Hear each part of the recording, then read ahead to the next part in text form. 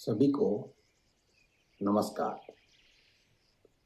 आज मैं आपसे ध्यान सरल भी सहज भी इस अवधारणा का तीसरा कदम भाव शुद्धि के विषय पर बात करूंगा। भाव आपका व्यक्तित्व का थोड़ा भीतर का शरीर है, या कहो आपका भाव शरीर आपका व्यक्तित्व की थोड़ी और भीतर की परिधि या भूमिका है। इसलिए भाव शुद्धि को हम तीसरा कदम समझ के आगे की बात करते हैं। मुझे बुद्ध और अंगुलीमाल के आमने सामने होने की घटना बहुत ही रसिक और रोंगटे खड़ी करने वाली लगती है। और जब भाव शुद्धि की बात करना तय किया तब ये कहानी याद आ गई। आपको ज्ञात ही होगा, डाकू अंगुलीमाल पुरातन मगध राज्य के जंगलों में रहता था।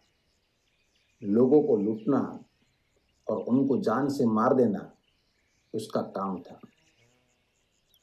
व्यक्ति को मारकर उसकी एक उंगली काटकर उसकी माला बनाकर पहन लेता था। इसी वजह से उसका नाम अंगुलीमाल हो गया था। डाकू ने 1000 अंगुलियां पहनने की कसम खाई थी। एक दिन भगवान बुद्ध उस जंगल की तरफ गए। जंगल के बीच मचान पर बैठे अंगुलीमाल ने बुद्ध को देखा और मचान से उतरकर हाथ में तलवार लेकर बुद्ध की तरफ भागा। बुद्ध तो आगे बढ़ रहे थे। अंगुलीमाल पीछे से जोर जोर से बोल रहा था, रुको रुको, पर बुद्ध नहीं रुके। अंगुलीमाल को और क्रोध आ गया। वो दौड़कर बुद्ध के सामने आकर बोला, मैं कब से रुकने के लिए कह रहा हूं, तुम रुकते क्यों नहीं? बुद्ध मुस्कुराकर बोले, मैं तो न जाने कब से रुका हुआ हूं, दौड़ तो तुम रहे। अंगुलीमाल बोला, तुझे मेरे से डर नहीं लगता? सारा मगध मुझसे डरता है। मैं सबसे ज्यादा शक्तिशाली हूं। बुद्ध बोले, मैं कैसे मान लूं कि तुम सबसे शक्तिशाली व्यक्ति हो? तुम्हें यह सिद्ध करना होगा। अंगुलीमाल बोला, ठीक है। बुद्ध ने कहा, तुम उस पेड़ की टहनी तोड़ लाओ। अंगुलीमाल टहनी तोड़ लाया। बुद्ध ने कहा, अब इस टहनी को वापिस पेड़ पर लगा दो। अंगुलीमाल बोला, टूटी टहनी भला कोई वापिस लगती है? बुद्ध बोले, जब तुम टहनी वापस नहीं जोड़ सकते तो तुम सबसे शक्तिशाली कैसे हुए? यदि तुम किसी को जीवन नहीं दे सकते तो उसे मृत्यु देने का तुम्हारा कोई अधिकार नहीं है। कहते हैं, इतना सुनकर अंगुलीमाल कँप गया और बुद्ध के वचनों से उसके अंदर करुणा का भाव जग गया। ये कहानी मुझे इसीलिए प्रीतिकर है क्योंकि उसमें मनुष्य का मन का एक बड़ा गोपनीय राज है। हमारे भाव परिवर्तनीय हैं। हमारे भाव बदलते रहते हैं। हमारा भाव जगत पानी सा तरल, छाया प्रकाश की तरह बदलने वाला और पल पल परिवर्तनीय है।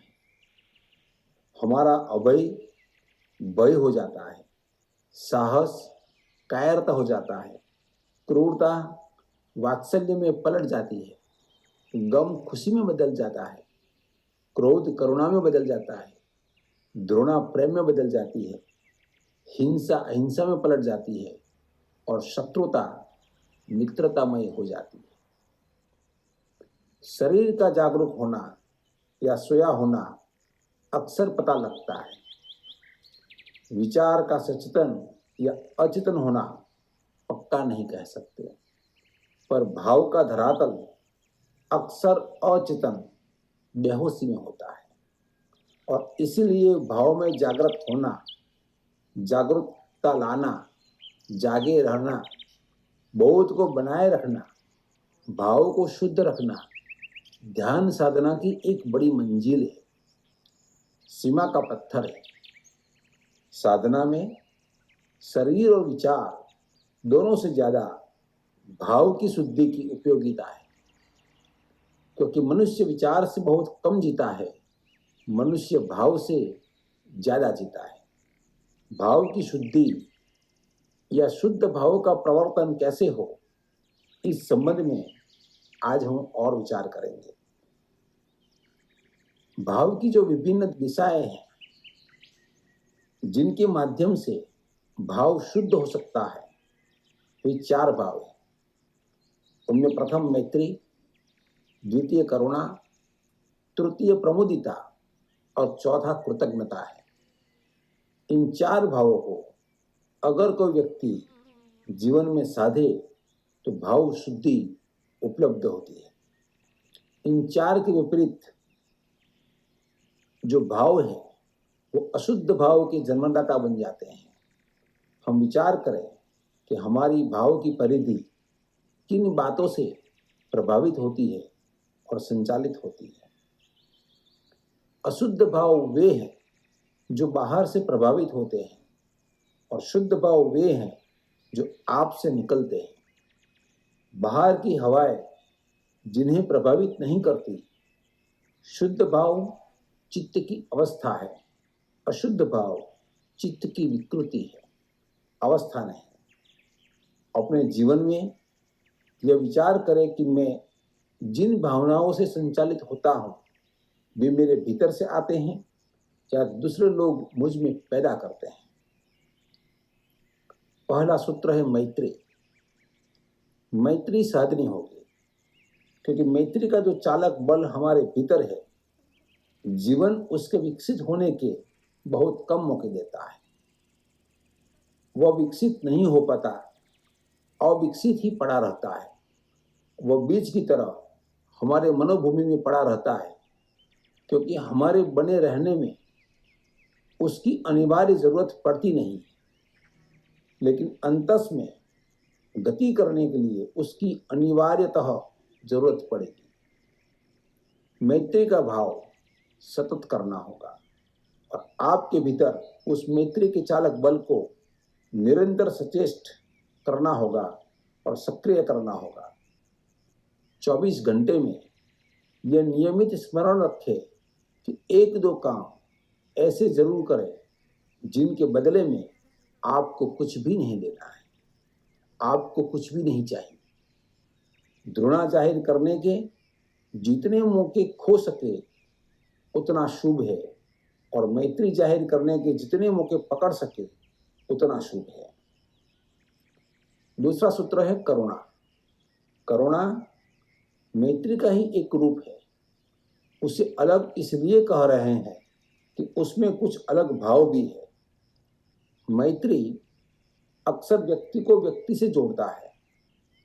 करुणा आपकी पूरे अस्तित्व और समुदाय की ओर मैत्री भाव से भरे रहने की मनोस्थिति अवस्था है। इस जगत में अगर अपने आसपास के लोगों पर आप थोड़ा विचार करेंगे तो आप उनके प्रति बहुत करुणा से भर जाएंगे। आदमी का जीवन बहुत कुछ संयोग पर टिका है और वो वैसे ही बहुत नाजुक, सुकुमार, टूटने फूटने वाला है। जीवन का शरीरगत होना ही अत्यंत नाजुक और सुकुमार है। 4 दिन का यह जीवन है और 4 दिन का भी तो हम कहते हैं, 4 घड़ी का भी क्या भरोसा है। ये जीवन कितनी नाजुकता, कितनी सुकुमारता, कितने सारे संयोग पर निर्भर है, इसे देखकर अगर हम करुणा से न भर जाए तो हम आदमी ही क्या थे। जीवन को कभी हमने जाना ही नहीं, न कभी हमने संयोग को पहचाना। जीवन हम जान ले, जीवन के संयोग को हम पहचान ले तो अपने चारों तरफ करुणा को बांटे बगैर हम रह नहीं सकते। एक करुणा से भरा हुआ शब्द भी औरों के दुख को कम कर सकता है। और जो चाहता है उसके घर पर फूलों की वर्षा हो, वह दूसरों के आंगनों में फूल फेंके। जीवन में और कोई रास्ता नहीं है, तो साधना में प्रवेश के लिए करुणा का भाव प्रत्येक को विकसित करना जरूरी है। तीसरी बात है प्रमुदिता, उत्फुल्लता, प्रसन्नता, आनंद का एक बोध, विषाद का अभाव। तो 24 घंटे उत्फुल्लता को साथिए, उत्फुल्लता को बनाए रखिए। उत्फुल्लता को बनाए रखने के लिए जरूरी है कि जिंदगी का वह हिस्सा देखिए जो प्रकाशित है। तेज हवाओं का गम न करे, इतनी हवाओं में भी तुम्हारा दिया जल रहा है, उसकी प्रसन्नता से भर जाइए। उत्फुल्ल रहिए कि हजार हादसों के बावजूद आप बरकरार हो। हम इतने आनंदित हो कि मौत और दुख सिकुड़ कर मर जाए। जिंदगी भर इतने प्रमोदित, इतने उत्फुल्ल, इतने प्रसन्न रहे कि पता भी न चले कि दुख भी और मौत भी है। और चौथा कृतज्ञता। कृतज्ञता बहुत दिव्य बात है। हमारा जीवन में विद्यमान होना सबसे बड़ा वरदान है और उसके लिए न जाने कितने संयोग, कितनी शक्तियाँ, कितने लोगों का सहयोग है, वह गिनाना मुश्किल है। एक बात तय है, उन सब के आशीष बगैर हम जीवित रह नहीं सकते, जीवन का मजा ले नहीं सकते। अपने शरीर के प्रति सबसे पहले कृतज्ञ हो जाइए। जो अपने शरीर के प्रति कृतज्ञ है वही केवल दूसरों के शरीरों के प्रति कृतज्ञ हो सकता है। आपके आसपास के अस्तित्व के प्रति, प्रकृति के प्रति कृतज्ञता से भर जाइए। आपके आसपास की व्यवस्था के प्रति और हजारों संयोगों के प्रति कृतज्ञता से भर जाइए, जिसकी बदौलत आप जीवन की मजा ले रहे हैं। कृतज्ञता अंतस की गति में अपार सहयोगी होगा। भाव की शुद्धि के लिए मोटे तौर पर 4 बातें हैं: मैत्री, करुणा, प्रमुदिता और कृतज्ञता। इनका विचार करें, उनका अमल करें, उनको व्यवहार में लाए। इन चारों को आप होश के साथ साधिए तो आपका भाव शुद्ध होगा। भाव में जागृत होना, जागरूकता लाना, भाव शुद्धि में जागे रहना, भाव शुद्धि का बोध को बनाए रखना भाव शुद्धि की उपलब्धि के लिए काफी कारगर रहेगा। प्रयास करें और भाव शुद्धि को उपलब्ध हो। सुनने के लिए बहुत बहुत धन्यवाद।